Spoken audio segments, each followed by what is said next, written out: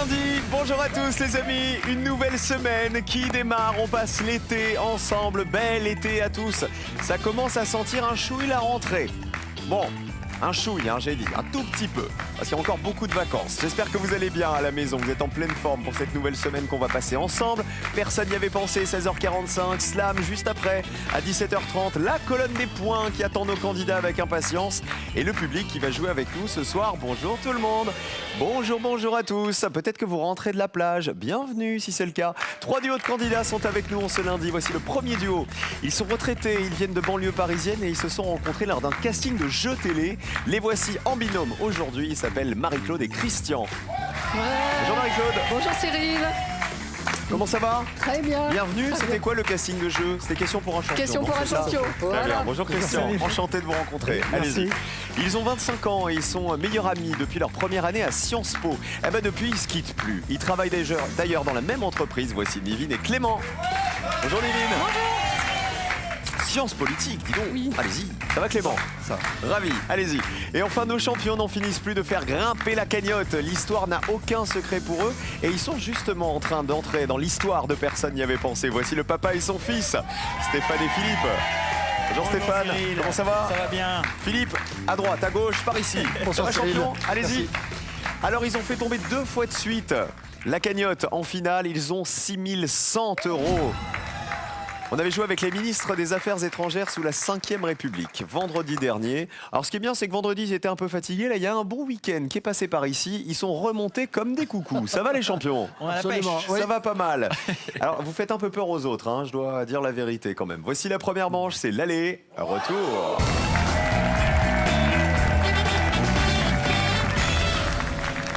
Marie-Claude et Christian, vous avez fait question pour un champion déjà. Oui. C'était quand?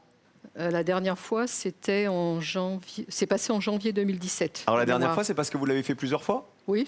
Combien de fois? 3 fois. 3 participations? Oui. Avec Julien et avec Samuel ou qu'avec Julien? 2 fois avec Julien, 1 fois avec Samuel. Ah, vous avez voulu tester le petit nouveau. Voilà. Et il est C'est pour ça. très bien, le petit nouveau. Très bien. Oui, Il est voilà. adorable, notre Il est Samuel. adorable, oui, Et oui. Christian, vous avez fait question pour un champion aussi. Oui, également, c'est là qu'on s'est rencontrés. Alors, combien vous avez gagné à question pour un champion, Ah, Christian? j'ai rien gagné. Enfin, j'ai rien gagné. Je suis allé, le maximum que j'ai fait, c'était au face-à-face. D'accord. Face-à-face, mais je n'ai pas gagné. Et une deuxième fois, j'ai été éliminé au 4 à la suite. Donc là, vous vous êtes dit, on n'a pas pris d'argent à Samuel Etienne, Voilà. on va piquer Vas-y. du pognon à Féraud. Voilà. En fait, c'est ça. Ah bah voilà, vous faites bien.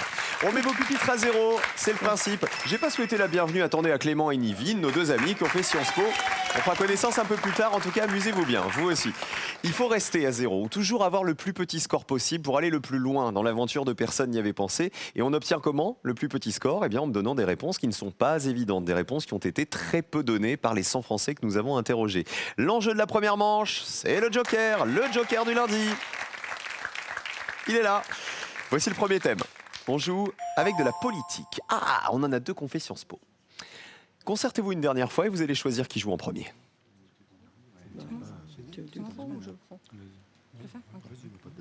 Bon. Et positionnez-vous maintenant. Allez, ceux qui jouent se mettent derrière l'écran. On va démarrer avec Philippe pour l'aller. Ensuite, ce sera Nivine et on terminera par Marie-Claude. C'est joli comme tout, Nivine. Ça vient d'où d'ailleurs? D'Égypte. Ok, c'est égyptien.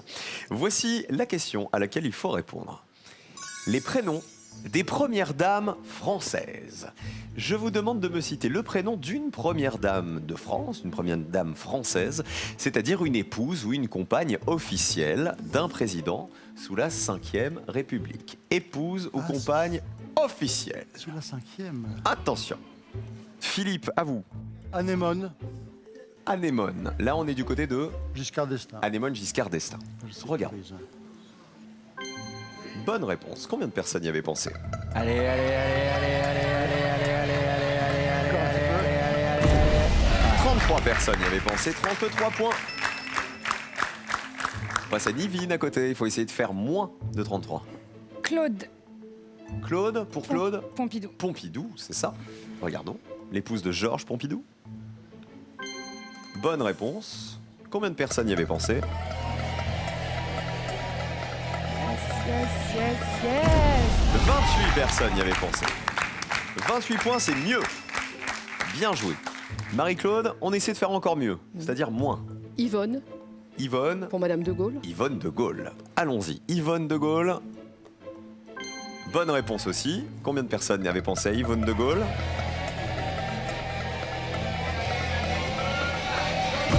Ah ben encore mieux, bravo, 22 points. Regardez, on a un bel escalier, on a 33, 28, 22, le meilleur score étant celui de Marie-Claude. Pour l'instant, voici le retour maintenant.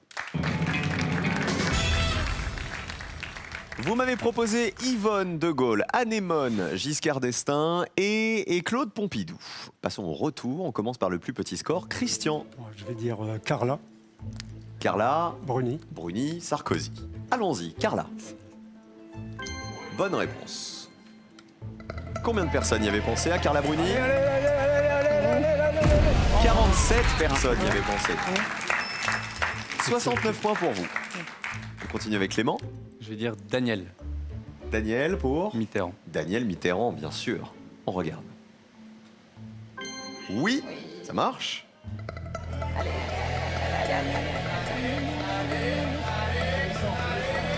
Ah, pas mal, 25 points. Vous êtes à 53.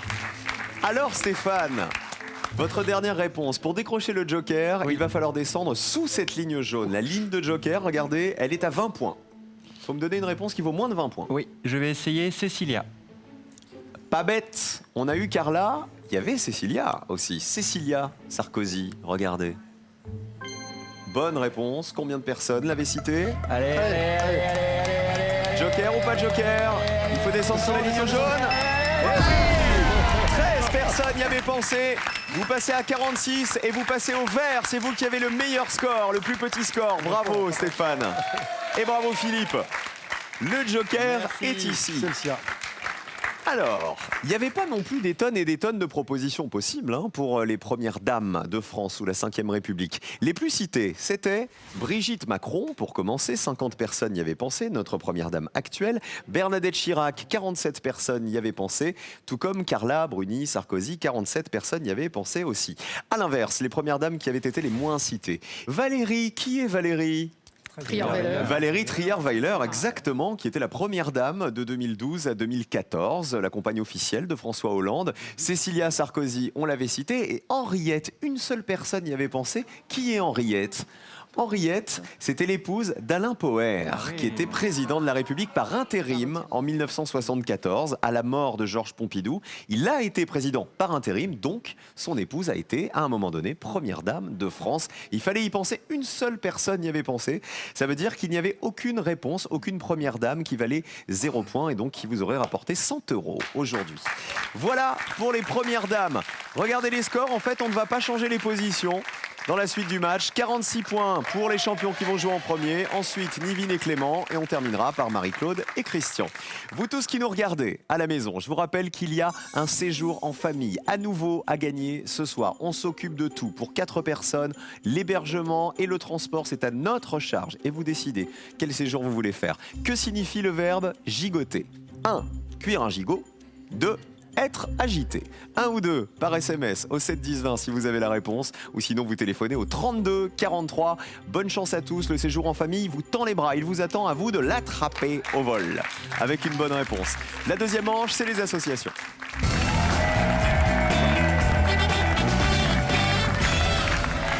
On va faire connaissance avec Clément et Nivine. Donc vous avez fait Sciences Po. Sciences Po quoi ? Bordeaux. Sciences Po Bordeaux, tous les deux, c'est là que vous vous êtes rencontrés. Donc vous êtes amis dans la vie. Clément, Sciences Po pour faire quoi ? Pour faire de la finance et ensuite du juridique. Vous êtes dans les affaires publiques, c'est ça ? Juridique. Chargé de affaires gestion contractuelle et affaires publiques. publiques. C'est ça, tout à fait. Nivine, vous, je crois que vous êtes passionné par tout ce qui est maquillage. Oui. Alors, c'est-à-dire ? J'aime beaucoup le maquillage. Je me suis trouvé une passion en regardant des vidéos sur Internet. Et depuis, j'aime beaucoup... Ce qu'on appelle les tutos. Des tutos. Qui nous exact. apprennent Des comment tutos se beauté. maquiller, comment mettre en avant les yeux, C'est comment ça, se mettre en comment cacher les beauté. cernes. C'est ça, cacher les cernes, très important, cacher les cernes. Ça arrive à des gens bien, tout ça. Ok. C'est ça.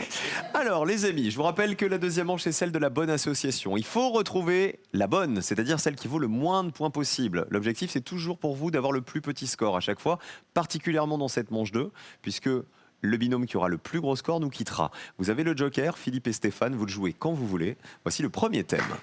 On joue avec du cinéma. Cinéma, joker ou pas? Tu gardes ça? Non, non, on joue pas le joker. Pas de joker.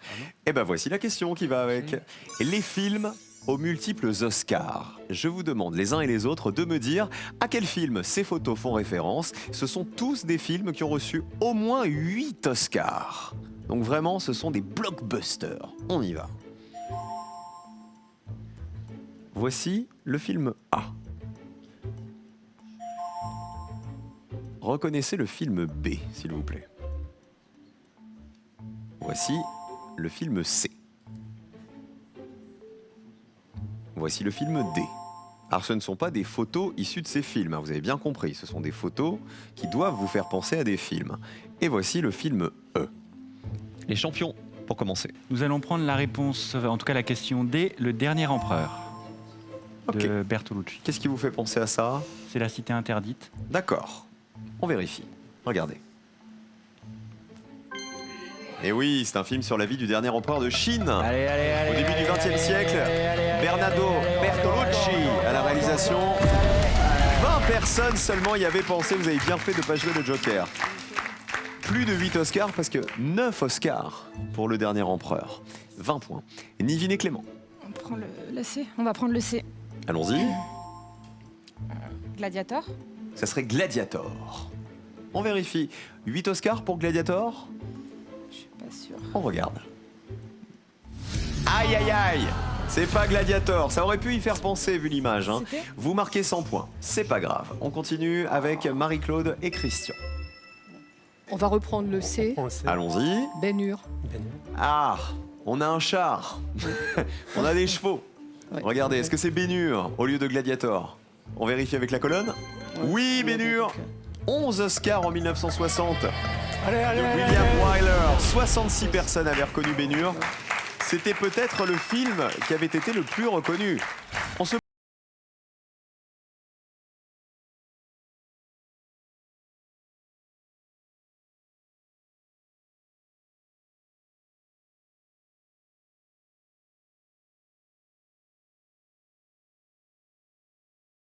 Le film A, trop facile. C'était le plus évident, il fallait l'éviter, c'était... Et là, on est à l'avant du bateau. Jack, Rose, Leonardo, DiCaprio. Et d'un coup, un iceberg. 84 points l'iceberg. Le B, c'était qui, à votre avis? Gandhi. Le B, c'était Gandhi, voilà. Alors, Richard Attenborough, 8 Oscars en 1982. Ça valait 55 points. Et il nous manque le E. Vous reconnaissez qui ici? Amadeus. Et- Exactement, c'était Mozart sur cette photo et donc c'est le film Amadeus de Milos Forman qui a obtenu 8 Oscars en 1985. Ça valait 8 points, c'était la réponse qu'il aurait fallu me donner. Écoutons un peu de Mozart.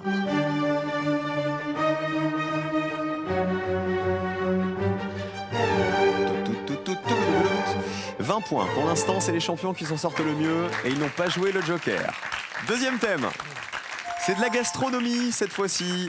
Est-ce qu'on joue le joker, Philippe et Stéphane? On le joue. Ah non, gastronomie. Ah, Stéphane, il voudrait, papa veut pas. Allez, je vais écouter mon On père. écoute papa, on garde le joker. Toujours écouter papa, ça vous apporte chance en finale. On joue avec les pays et leurs plats emblématiques. Je vous demande de me dire de quel pays ces plats sont-ils emblématiques. Attention, envoyez les plats. La paella, le Yorkshire pudding, les pastéis de nata, la poutine et le nasi goreng. Philippe et Stéphane, La poutine. c'est validé. Le Canada.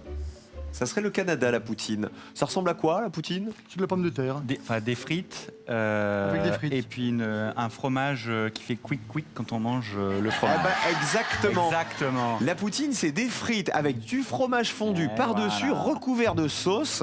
Et c'est une spécialité, regardez, du Canada? Oui. Ah bah oui, exactement. Allez, Ça, c'est de saison. Faut descendre, là. Faut descendre, faut descendre, faut descendre.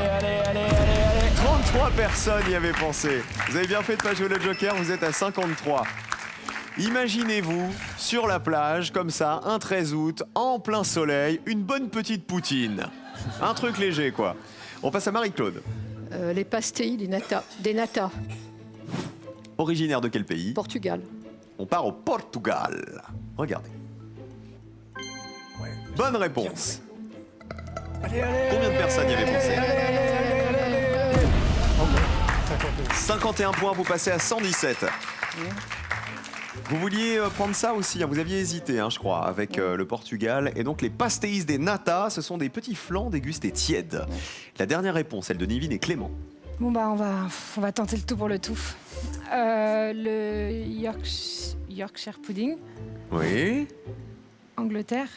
Pourquoi vous me dites le tout pour le tout? Parce que Yorkshire pudding, ça sonne pas très anglais pour Parce vous? qu'on n'est pas très sûr, mais on n'a pas envie de prendre la paella. On connaît pas le dernier, la paella, on pense que ça Ouais. fait beaucoup. D'accord. Alors on va voir si c'est une bonne stratégie. Le Yorkshire pudding, est-ce anglais? Faut pas dire ça. Oui, il est fait avec une pâte à base de lait, d'œufs et de farine. Et il accompagne traditionnellement le roast beef, 76 points. C'est beaucoup, mais je pense que vous avez bien fait de le prendre plutôt que la paella, parce que regardez, la paella, 88 points. C'était l'Espagne, la paella, bien sûr, plat traditionnel espagnol. Et le nasi goreng, qui l'a? Japon, non? Christian, c'est pas le Japon, c'est Corée. l'Indonésie qu'on attendait. C'est un riz sauté au piment accompagné d'œufs, de poulet ou de crevettes. Ça valait 7 petits points. Voilà pour la deuxième question. Regardons les scores. 176, 117 et 53. Philippe et Stéphane sont d'ores et déjà tranquilles car ils n'ont pas joué le joker. Il reste une question. Cette fois-ci, c'est de la musique. On a mangé, on est allé au cinéma, on va écouter de la musique. C'est les vacances et on fait le joker. Alors, on va jouer avec de la musique. Ça va être serré, à mon avis, entre Nivine et Clément et Marie-Claude et Christian. Voici la question musicale. Vous jouez avec nous à la maison. Les interprètes des belles chansons. Je vous demande de me dire qui a été le premier ou la première interprète de ces chansons dont le titre comprend le mot belle. Regardez. Belle, belle, belle. Il me dit que je suis belle. La plus belle pour aller danser. La belle vie. Et enfin, la belle de Cadix. Philippe et Stéphane. Allez, La Belle Vie, Interprété par... Sacha Distel. Ça serait Sacha Distel, La Belle Vie? Vous avez joué le Joker? On regarde la colonne. C'est bien Sacha Distel. Vous n'allez pas marquer les points, regardez. Allez, allez, allez, allez, allez, allez, allez, allez, allez, allez, allez, allez, allez. Ah, 25 personnes y avaient pensé. Écoutez Sacha Distel. La belle vie. Sans souci, sans problème. Vous restez donc à 53 puisque vous avez joué le Joker. On continue avec Marie-Claude et Christian. La Belle de Cadix. Luis Mariano. La belle de Cadix a des yeux de velours, paraît-il. Ouais. Écoutez. La belle de Cadix a des yeux de velours. Chica chica chic. Regardez. La belle de Cadix vous invite à l'amour. Combien de personnes avaient reconnu Mariano? 63, c'est beaucoup. Chanson de 1945. La belle de Cadix. Vous êtes à 180. Nivine et Clément, regardez votre ligne de qualification, elle est très basse. 4 points seulement. Il faut descendre en dessous. On va dire Il me dit que je suis belle, Patricia Cass. Interprété par Patricia Cass. On écoute. Il me dit que je suis Colonne. Patricia Cass, oui. et qu'il n'attendait que Est-ce que ça vous permet de vous qualifier? Elle me paraît bien basse la ligne. Ah là là, on est bien au-dessus. 46 points, vous passez à 222 et vous passez au rouge. Nivine et Clément, c'est vous qui allez nous quitter aujourd'hui. Regardez les autres réponses. Belle, belle, belle, c'était... Bonsoir. Écoutez, 80 points. Belle, belle, belle comme le jour. La plus belle pour aller danser, c'était Sylvie Vartan, ça valait 50 points. Envoyez Sylvie. ce soir je serai la plus belle pour aller danser. Danser. Vous l'avez compris, de toute façon, c'était fichu, Clément et Nivine. Il restait que des réponses avec beaucoup trop de points pour vous qualifier. Qui on embrasse avant de partir? Clément. Alors moi j'embrasse mes parents, Anne-Lise et Claude, et mes deux grands-mères, Yvonne et Marie-Thérèse. Et vous embrassez qui? J'embrasse ma maman, Fatima, qui regarde. Très bien. C'était un plaisir de jouer avec vous. Il n'y a pas d'âge pour venir jouer, personne n'y avait pensé, les amis. Merci beaucoup. Gros bisous à vous et bel été.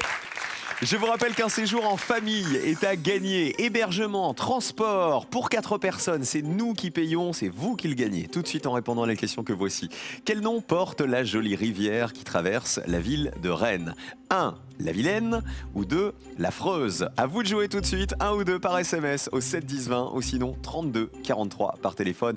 1 pour la Vilaine, 2 pour la Freuse. À vous de jouer. Voici le duel. D'un côté, Stéphane et Philippe, ce sont nos champions. Et face à eux, les nouveaux venus, c'est Marie-Claude et Christian.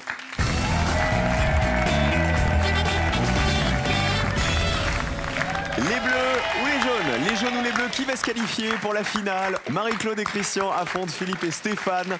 Je vous rappelle comment on fait pour remporter un duel. Je vous pose une question, je vous donne une liste de 5 réponses. Il faut donner la réponse qui a été la moins citée par les Français. Attention au piège, il y a toujours un piège. Voici le premier duel. On joue avec les crustacés à pince. Je vous demande de retrouver dans cette liste le crustacé à pince qui a été le moins cité par les Français. Attention au piège, allons-y. L'écrevisse, l'araignée de mer, la crevette rose, la petite cigale de mer, l'étrille. On commence avec les bleus. Allez, on va essayer, Cyril, la crevette rose. Validé pour les bleus. Réponse des jaunes. On va dire le. Oh non, c'est trop facile. Dis autre chose. La alors, petite cigale de mer. si tu veux. La petite cigale de mer. J'ai l'impression qu'il y a scission chez les jaunes.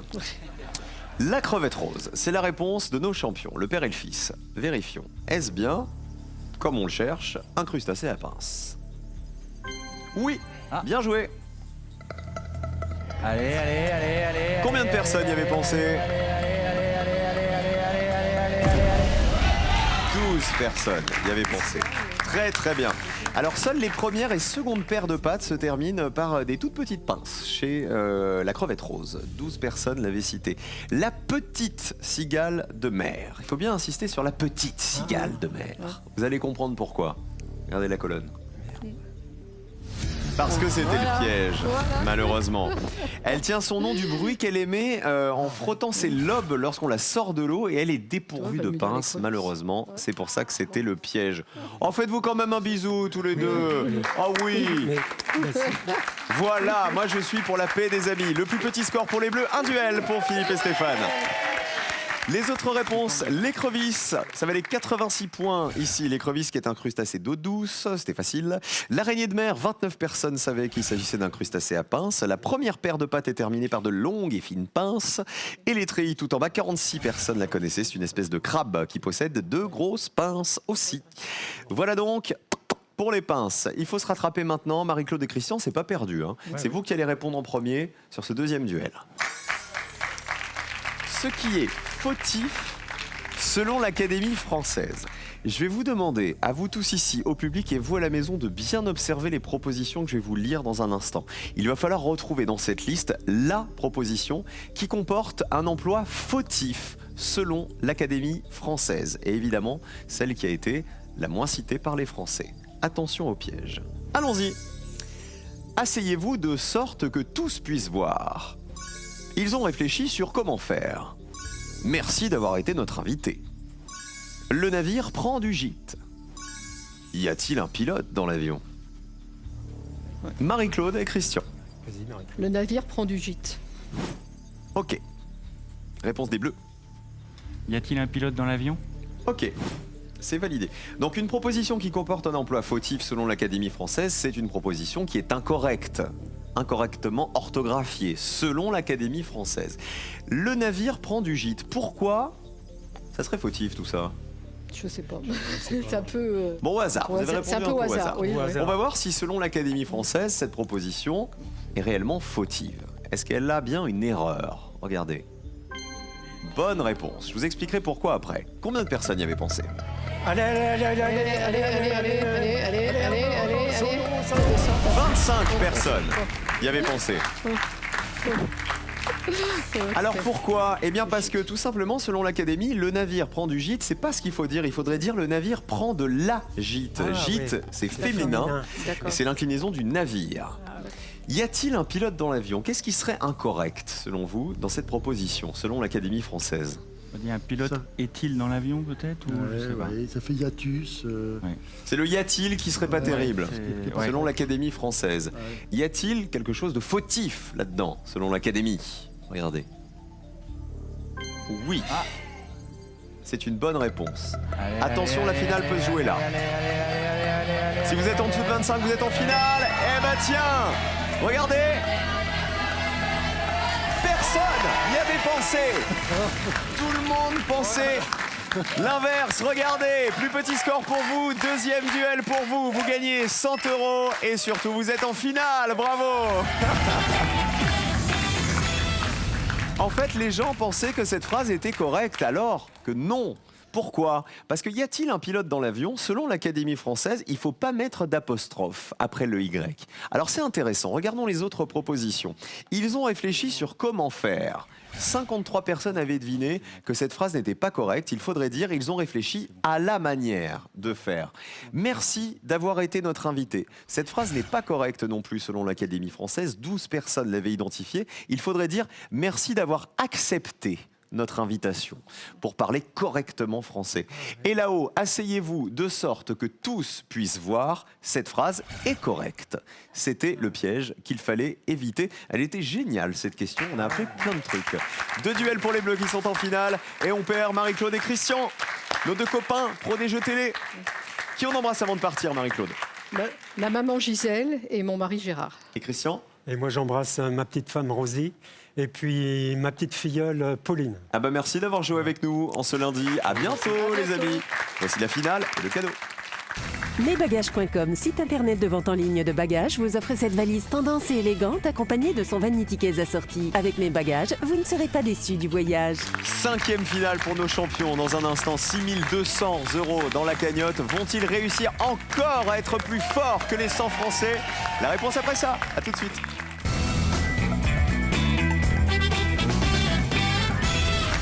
Venez tenter l'aventure, personne n'y avait pensé, vous tous qui nous regardez. Vous serez peut-être un jour à la place de Stéphane et Philippe. Je vous souhaite le même destin que nos champions. Tout est là pour vous inscrire. France.tv, 01 49 34 50 20.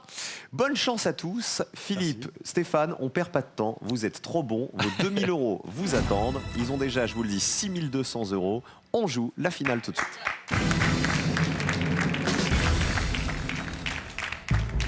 Voici les 2 thèmes, les 2 questions au choix ce soir. On peut jouer avec les tennisman numéro 1 mondiaux, au moins 20 semaines consécutives. Ou avec les parrains du Téléthon de 87 à 2017. Nous allons faire les tennismen numéro 1 mondiaux. Depuis le temps qu'il attendait du sport. On va voir comment vous allez vous débrouiller avec ces 3 tennismen qu'il va falloir me citer. Donc des hommes, et uniquement des hommes, qui ont été classés numéro 1 mondiaux en simple, au moins 20 semaines d'affilée. Alors comme il fallait qu'on cadre dans le temps, c'est entre 1970 et janvier 2018. D'accord ? 60 secondes, qui commence maintenant. Bonne chance. Alors, moi, je peux parler de Mats Wilander, des gens comme ça. Oui, on peut aussi. Moi, je pensais à Lleyton Hewitt, Roddick. Après, je pensais à Marat Safin. Je ne sais pas s'il a fait 20, mais... Si, mais ils sont trop connus. Il faut qu'on ait 0. Donc, c'est pour ça. Mats Wilander, ouais, on peut essayer, mais... Moi, je tenterais bien tout pour le tout Roddick, Hewitt, ouais, là, qui est australien, Marat Safin. Moi, je peux pas après, dans les plus Vilas, je ne sais pas si... 3 tennismen qui ont été numéro 1 mondiaux Nastase, pendant plus de 20 semaines d'affilée. Au moins 20 semaines d'affilée. H. Arthur H, il a été numéro 1 mondial, je sais pas. Pas sûr. Peut-être. Attention. Bon, tant pis, on va dire les 3 que j'ai en tête et puis oui, on verra. Vas-y, Panetta, je sais pas s'il a été. C'est toi qui as la main. Jim Courir, mais je sais pas si. Et Jumbo. Non, c'est trop évident. 10 secondes, quels sont vos 3 On va faire Hewitt, Roddick et Safin, Cyril. On change rien ? Allez, on y va. Redites comme ça. le premier. Hewitt, Lleyton Hewitt. Lleyton Hewitt. C'est validé. Voici vos 3 réponses. On commence par Roddick, Andy de son prénom, américain. Ouais. Andy Roddick a-t-il été numéro 1 mondial pendant 20 semaines consécutives ? Première chance de gagner 2000 €. Non. 13 semaines consécutives mais pas 20. Ah oui. Ça ne marche pas. Le russe en 2, Marat Safin. L'a-t-il été, lui, numéro 1 mondial ? Ça, c'est sûr. Pendant au moins 20 semaines consécutives. Attention, regardez Marat Safin. Allez, vert. Oh là là. Alors là, vous avez été tellement performant que si vous nous faites 3 croix rouges, votre troisième réponse, c'est Leighton Hewitt. Australien. Australien, exactement. A-t-il été numéro 1 mondial pendant au moins 20 semaines consécutives? Regardez, Leighton Hewitt, dernière chance de gagner 2000 €. Vert. Oui, il l'a été, attention, pendant 75 semaines consécutives, Cité, hein. entre 2001 et 2003. Mais est-ce que c'est pas un peu évident du coup? Regardez, Leighton Hewitt. Allez, allez, allez, allez, allez, Combien de personnes y avaient pensé? Personne n'y avait pensé. Allez hop là, troisième finale d'affilée. Vous êtes remarquable. Remarquable. Alors attendez, dans l'excitation, j'ai des trucs importants à vous dire. Sachez qu'il n'y avait en fait que 16 réponses possibles. Mais sur ces 16 réponses, il n'y en avait que 3 auxquelles personne n'avait pensé. Dont celle-ci, regardez, dont Leighton Hewitt. Vraiment, vous méritez. 75 semaines consécutives numéro 1 mondial. Gustavo Kuerten, le Brésilien, 30 semaines consécutives. Et Stefan Edberg, le Suédois, 24 semaines consécutives. Tout ça nous fait, en 5 émissions, une cagnotte de 8200 €. Bravo Philippe, bravo Stéphane. Le record de personnes y avait pensé, il est de 8300 €. Il suffit que demain, vous me donniez une réponse qui vaut 0 et vous égalez le record. Venez là, Philippe et Stéphane seront de retour demain avec nous dans Personne n'y avait pensé. Et nous, on slam dans un instant. Restez sur France 3, les amis, les jeux continuent. À tout de suite, ne bougez pas.